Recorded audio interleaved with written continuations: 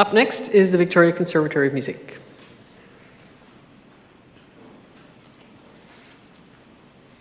Hello, Nathan, and welcome. Good evening, everybody. It's really great to see everyone here tonight. Great forum. I love hearing about all the amazing nonprofit work happening all around our city, including stage and screen, which is close to our hearts. I think I want to just get down to it and give you a high-level update on the major community initiative that you supported through a grant this past summer. It was originally called the Music Plaza Renewal Initiative, but it's grown into something much more powerful and I think potentially game-changing for Victoria. So I'll talk a little bit about the compelling vision that's coming forward for that. It's coming into real focus now. I'll touch on the consensus that's coming out of the neighborhood and the alignment for the project. And so I think my job with you today is to really begin to get this on record, to begin to raise awareness for the project and push it as high on your agenda next year as I can. And I'm here representing all of the organizations that are participating in this project. But to introduce the Victoria Conservatory, there's the tradition that the student comes to play before your council meetings, and I understand that piano actually belongs to us. I'm trying to get our logo onto it so that you see us throughout the year, but thank you for that opportunity. And who you heard tonight was one of our truly brightest talents, Simon Eskildsen, and he's one of those cases. He came only 4 years ago. He was in high school. And quickly he progressed through our post-secondary diploma program in performance.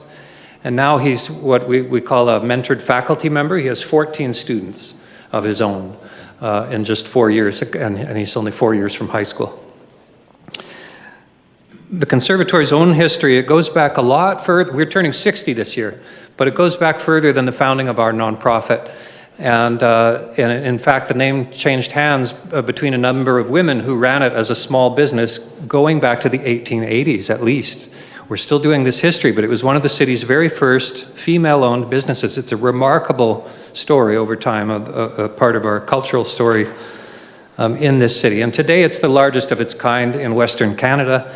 That's partly because it's the most diverse.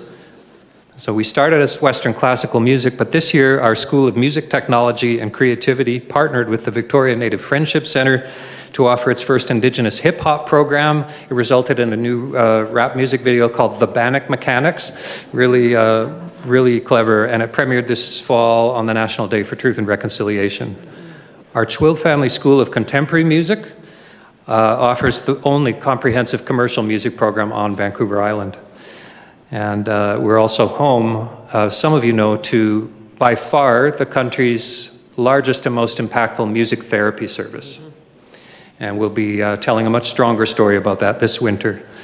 And, you know, another detail to share is last season we distributed more than $300,000 in scholarships and bursaries to music students in the city. And that's a credit to all of the support we get. We also own the largest performing arts facility in the CRD. Three venues, 55 studios and classrooms. And it's anchored in Harris Green, right at the geographic center of our city, and I'm proud of that. You know, venues come and go, sadly, but right at the center of our city is embedded the music and the performing arts. Creativity and learning will always be there. I want to recognize Intrepid Theatre is here tonight. They're the partner in our South Wing, and I want to just recognize that the Metro Studio Theatre, over 20 years, it's grown to become one of Canada's premier venues for queer performance.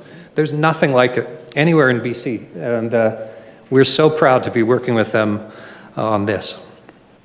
Our community initiative came to you this spring. It was the renewal of the Music Plaza on the 900 block of Pandora Avenue. I'm pleased to report tonight that the visioning for this has grown in scope. It now spans the entire south side of the block. We're working with a growing coalition of neighbors who are united and committed to intentional and inclusive change to the public space on Pandora Avenue. I want to recognize Our Place Society. We'll be here on the phone later. Island Health, Town Line Construction, the Downtown Residents Association, Save On Foods, just spoke to them today, and others who have lent their ideas and their care to this process, and to the staff who have given us more than their share of time, more than our share of time in guidance.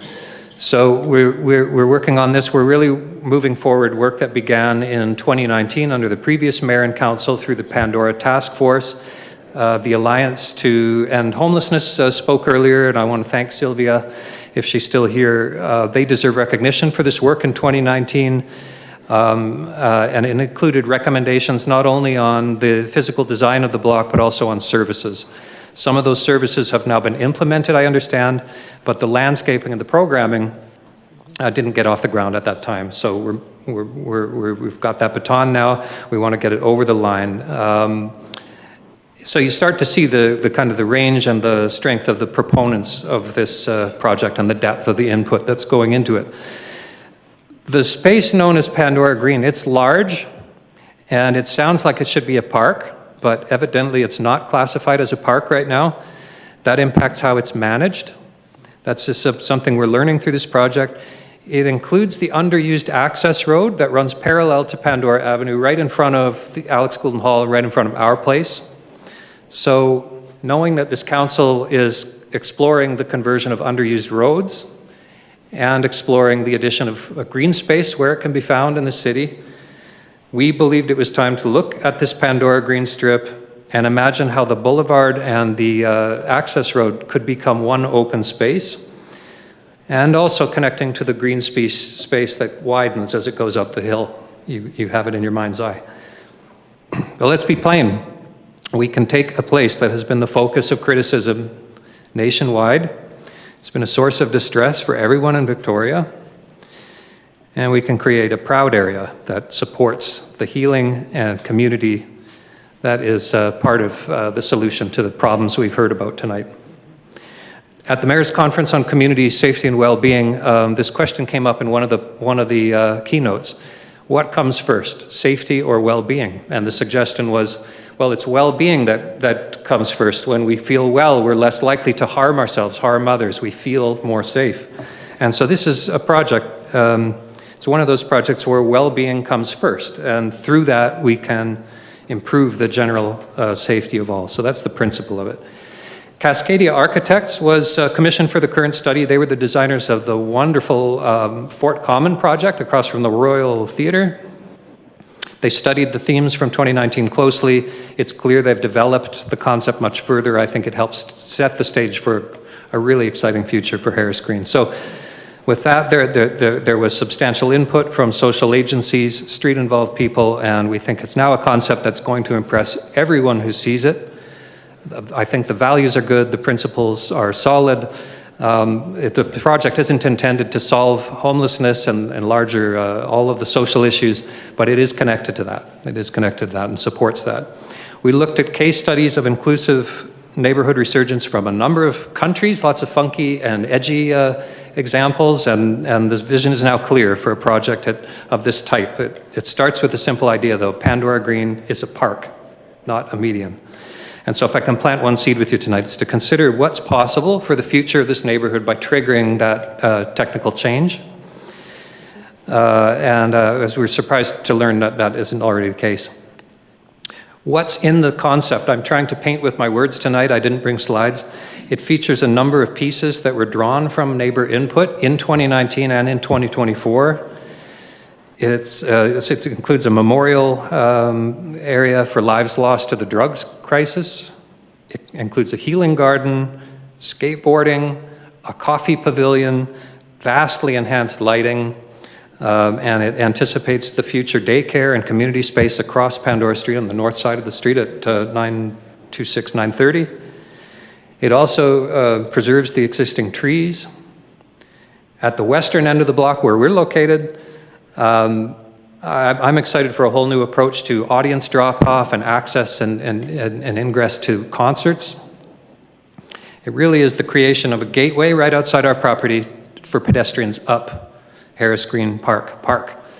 And so that's the major briefing. I know you have a lot of ambitious projects on the go, but I struggle to think of a project that's more urgent and valuable as this one, a major project. And as we begin to share the concept in the coming weeks, you kind of get the feeling Victoria residents are going to roundly support the project.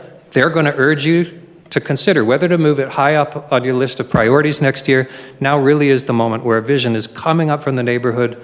It dovetails with so much other important work going on housing, addictions, green space, safety, and inclusion. I've got 5 seconds left, so that's the larger seed I want to plant for you tonight. Please consider whether this isn't more urgent than some of the other big projects in 2025. Thank you very much. And I haven't said thank you for the grant yet, so I'll close with thank you, and we'll be in touch. Thank you, Nathan.